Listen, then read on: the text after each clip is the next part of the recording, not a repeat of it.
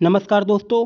वैसे तो आप अलग अलग प्रकार के वायरस और मालवेयर के बारे में आप सुनते ही रहते होंगे, लेकिन रिसेंटली क्या हुआ है कि खुद सरकार के द्वारा वार्निंग दी गई है सभी एंड्रॉयड फ़ोन यूजर्स को। यह बेसिकली बैंकिंग स्कैम से रिलेट करता है और यहाँ पर आप देख सकते हो beware of Trojan malware attack mighty. Basically ministry of electronics and information technology उन्होंने वार्निंग दी है कस्टमर्स ऑफ 27 मेजर बैंक्स। तो इसके बारे में हम डिटेल से समझेंगे कि यह पूरा मामला क्या है, यह किस तरह से आपके फ़ोन के ऊपर अटैक करने की कोशिश करता है। काफ़ी कुछ जानने को है, चलिए आगे बढ़ते हैं। लेकिन उसके पहले आप मेरे चैनल पर नए हैं तो मेरे चैनल को लाइक और सब्सक्राइब करिए और बेल आइकन को प्रेस करना ना भूलिए। चलिए देखते हैं एग्जैक्टली क्या हो रहा है, हम इसके बारे में क्यों डिस्कस कर रहे हैं। बेसिकली क्या हो रहा है कि जो कंप्यूटर इमरजेंसी रिस्पांस टीम है भारत का 13 जिसको कहा जाता है, उन्होंने वार्निंग जारी की है सभी एंड्रॉयड फ़ोन यूजर्स को। और यह कहा है कि जो आजकल ये जो मालवेयर चल रहा है ड्रिनिक जिसका नाम बताया जा रहा है, ये आपकी नेट बैंकिंग वगैरह सारी डिटेल्स को ले लेता है। और यहाँ पर बताया गया है कि 27 मेजर जो बैंक है भारत के, चाहे वो पब्लिक सेक्टर के हैं या प्राइवेट सेक्टर के बैंक हैं, उनको टारगेट किया जा रहा है। इसके पास यूजर्स का काफ़ी सारा डाटा पहले से ही रहता है। अब ये क्या करते हैं कि आपके मोबाइल नंबर पर, किसी के मोबाइल नंबर पर कुछ एसएमएस भेजने की कोशिश करते हैं और ये दिखाने की कोशिश करते हैं कि हम इनकम टैक्स डिपार्टमेंट की तरफ से हैं और हम आपको किसी प्रकार का रिफंड देना चाहते हैं। स्पेशली भारत के अंदर क्या होता है कि अगर कोई पर्सन इनकम टैक्स नहीं भी दे रहा होता है तो उसको लगता है कि क्या पता उसको कोई रिफंड वगैरह मिल रहा है, तो उस चक्कर में वह भी आकर फंस जाता है। तो थोड़ी सी सावधानी रखने वाली चीज़ है, लेकिन बेसिकली इसके तहत यही होता है कि आपको इनकम टैक्स रिफंड देने की कोशिश की जाती है। दिखाया जाता है कि आपको कोई रिफंड आ रहा है और यह एक प्रकार का बैंकिंग ट्रोजन है। ट्रोजन आपने देखा होगा कि एक प्रकार का फेक चीज़ दिखाने की कोशिश की जाती है और this is capable of fishing screen, मतलब कि आपका जो मोबाइल स्क्रीन वगैरह है उसकी सारी डिटेल्स वो अपने पास रख लेगा। मैं आपको आगे बताऊंगा कि किस तरह से ये पूरा वर्क करता है ये जो मालवेयर है। देखिए सबसे पहले क्या होगा कि आपके मोबाइल में एक एसएमएस आएगा, उस एसएमएस में बताया जाएगा कि वो बिलोंग करते हैं इनकम टैक्स डिपार्टमेंट से। आपको लगेगा इनकम टैक्स डिपार्टमेंट से एसएमएस आया है। अब आप उस एसएमएस को खोलोगे, वहाँ पर एक वेबसाइट का लिंक होता है। आप सोचोगे कि चलो मैं वेबसाइट को खोल लेता हूँ। जब आप इस वेबसाइट पर क्लिक करोगे एसएमएस के माध्यम से तो आपको एक ऐसा पेज मिलेगा जैसा कि एकदम इनकम टैक्स डिपार्टमेंट का पेज होता है। वहाँ पर जाने के बाद आपको वो एक ऐप को डाउनलोड करने के लिए बोलेगा कि अगर आप उस ऐप को डाउनलोड करते हैं तो आपका जो है रिफ़ंड वो मिल जाएगा। तो जैसे मैंने बताया कि कुछ लोग इनकम टैक्स पे करते हैं और कई बार वो अधिक पे कर चुके होते हैं, जबकि उनका इनकम टैक्स कम होता है, तो उस कंडीशन में उनको रिफ़ंड मिलता है। और कई लोग जो इनकम टैक्स नहीं भी पे करते हैं तो उनको भी लगता है कि रिफ़ंड मिलने वाला है। तो होता क्या है कि जब इस लालच में ऐप को डाउनलोड करते हैं तो वो ऐप उनसे अलग अलग प्रकार की परमिशंस मांग लेता है, जैसे कि एसएमएस डिटेल्स, कॉल डिटेल्स इत्यादि। बहुत सारे लोग होते हैं वो समझदार होते हैं, वो इन परमिशंस को नहीं देते हैं, डिनाई कर देते हैं और कई सारे लोग यस भी कर देते हैं। तो जो लोग परमिशन को डिनाई कर देते हैं वो अगर ऐप को ओपन करते हैं तो वही परमिशन पेज के फॉर्म में दोबारा से मांगी जाती है और उनको फिल करना होता है।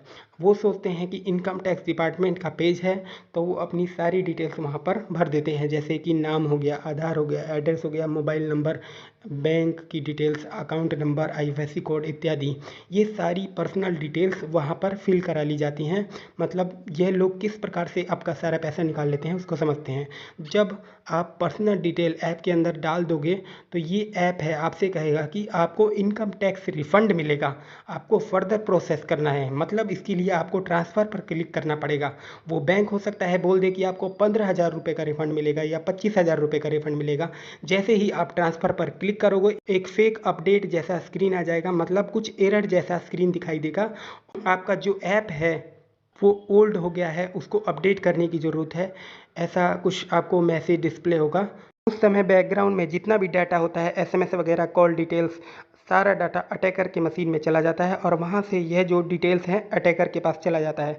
अब यहाँ जो सर्ट इन है उन्होंने यह बताया कि इसी डेटा का इस्तेमाल करते हुए जो मालवेयर है वो क्या करेगा कि मोबाइल बैंकिंग स्क्रीन बना देगा। मतलब कि एक तो जो अटैकर है उसके पास आपका जो डिटेल होगा कि अगर आप बैंक ऑफ इंडिया है, आईसीआईसीआई या एसबीआई, जो भी बैंक आप यूज़ करते हो, उनका मोबाइल बैंकिंग टाइप का स्क्रीन बना देगा और फिर आपसे वहाँ पर डिटेल मांगेगा। सब कुछ जैसे आपका नेट बैंकिंग हो गया, वैसा आपका स्क्रीन बनाएगा और उसके अंदर आप अपनी डिटेल्स को फिल करेंगे। आपको लगेगा कि आपका नेट बैंकिंग है और आपका ही मोबाइल है। उसके अंदर आप पासवर्ड वगैरह सारी चीज़ें डालेंगे। उसके बाद क्या होता है कि आराम से वो सारा पैसा आपके अकाउंट से इन डिटेल्स को जानने के बाद निकाल लेते हैं। इस तरह से ये काफ़ी लंबा प्रोसेस है, लेकिन स्टिल जो यह लालच दिया जा रहा है ना कि एक प्रकार से आप देख सकते हो कि टैक्स का रिफंड मिल रहा है 15,000 या 25,000 जो कुछ भी, तो राइट इस तरह से चीज़ें आपको देखने को मिलती हैं।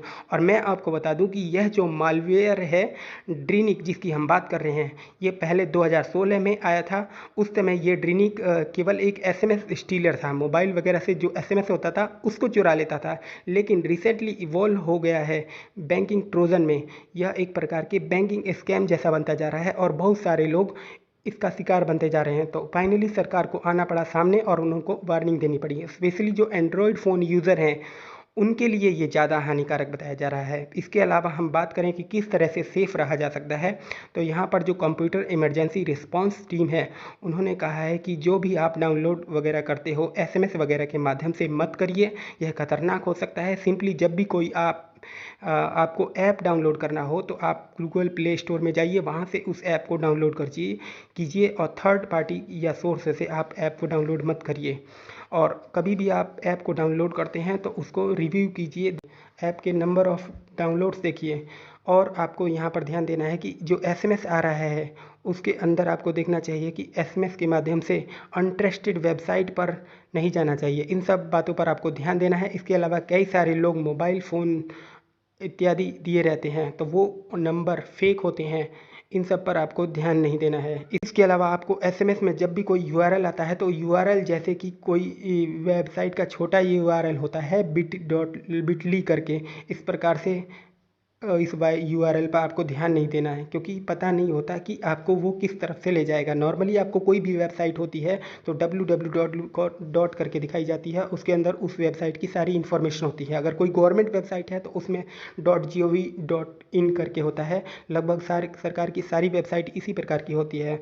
तो ये सारी बातें आपको ध्यान अगर देंगे तो आप इन सब स्कैम से बच सकते हैं। तो मेरे को लगा कि ये जो सरकार की तरफ से जो अपडेट है उसको मैं आपके सामने रख कर आपको अवेयर करूं। धन्यवाद।